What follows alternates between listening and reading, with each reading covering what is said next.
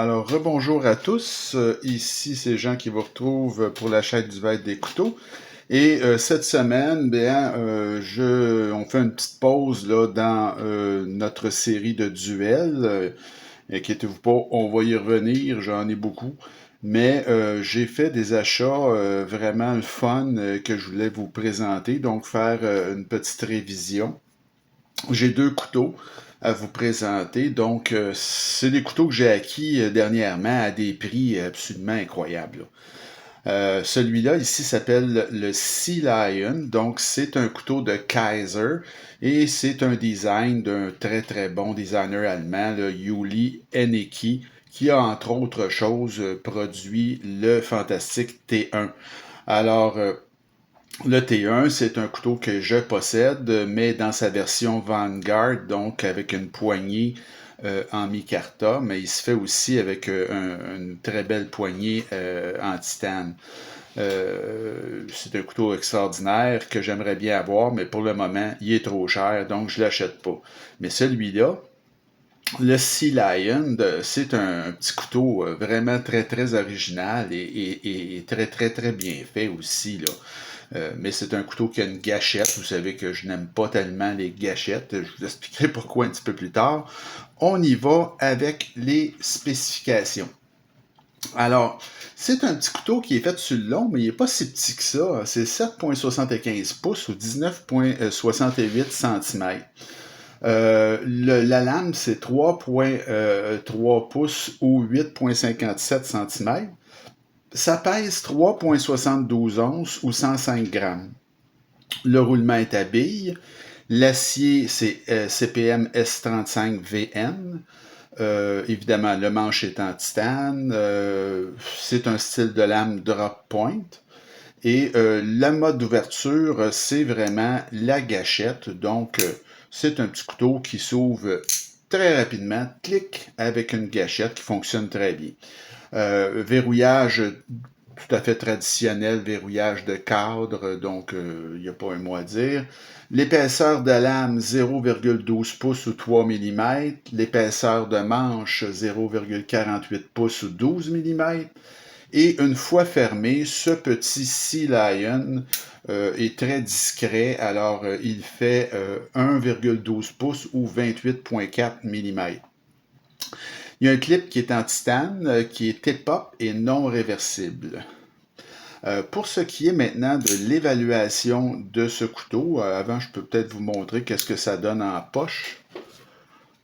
Alors voici ce que ça donne en poche. Ce n'est pas tout à fait un couteau de port profond, mais bon, ça fonctionne bien, le clip fonctionne bien, c'est tout à fait correct là.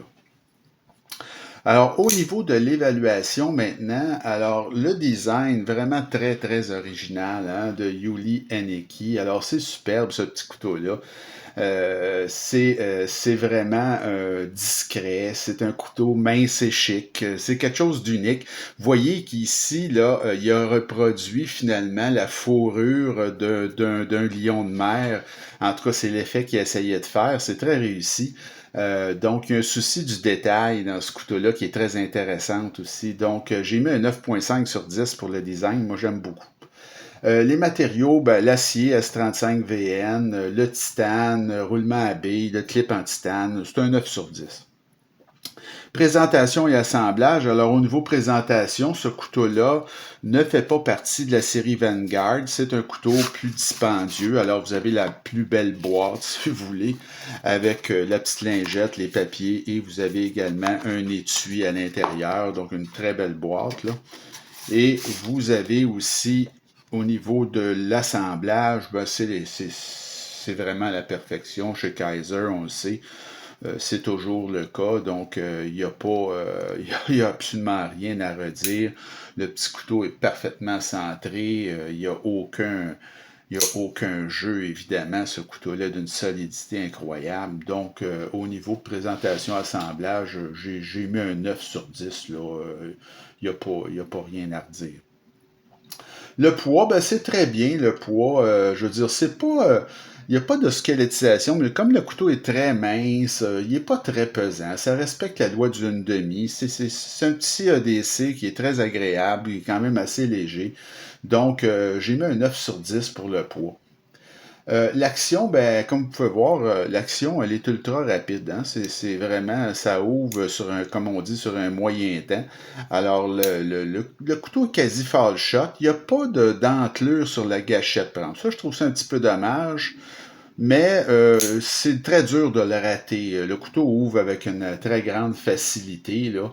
Et la barre d'accès, ah oui, l'accès à la barre de déverrouillage est très bien fait. Donc, il y a beaucoup de machinage sur ce couteau-là. Donc, vous arrachez pas le doigt là, à essayer d'ouvrir ce couteau-là. Ça se fait très, très bien. Alors, j'ai mis un 9 sur 10, moi, pour l'action. C'est vraiment très, très bon.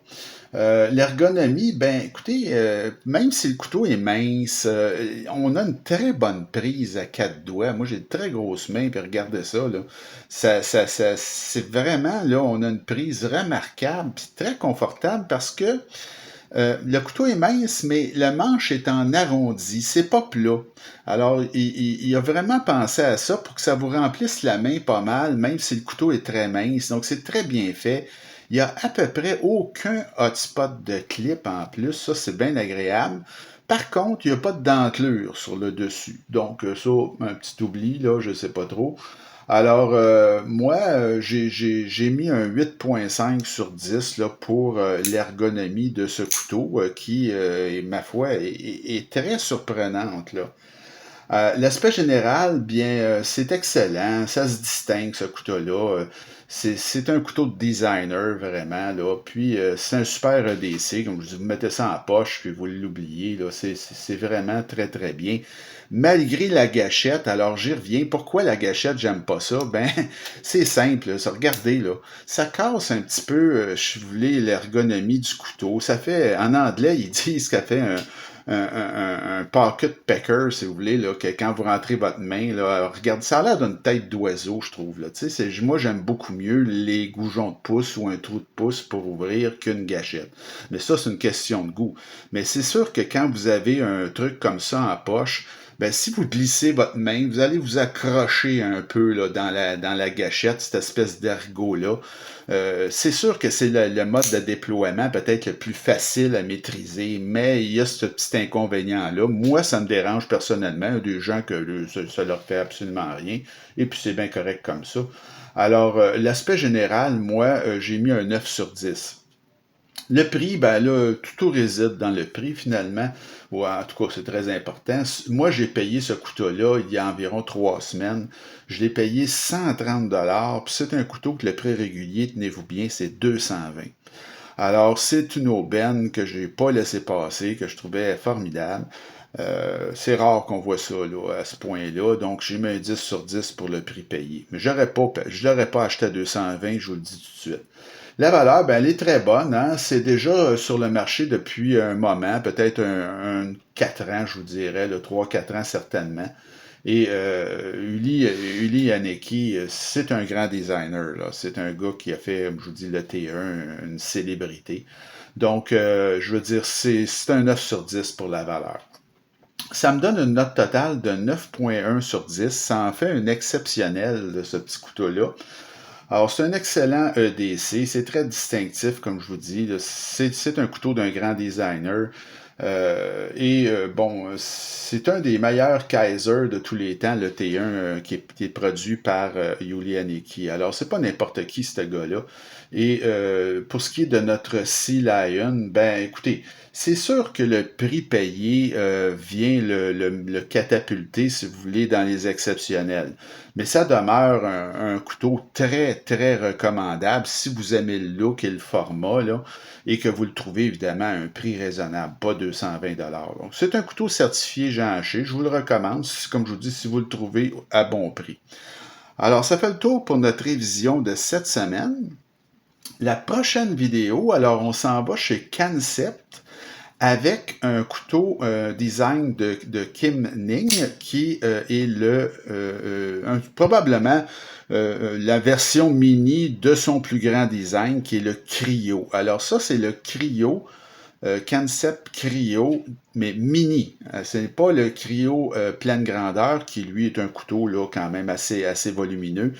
C'est la version mini, mais qui est extrêmement réussie.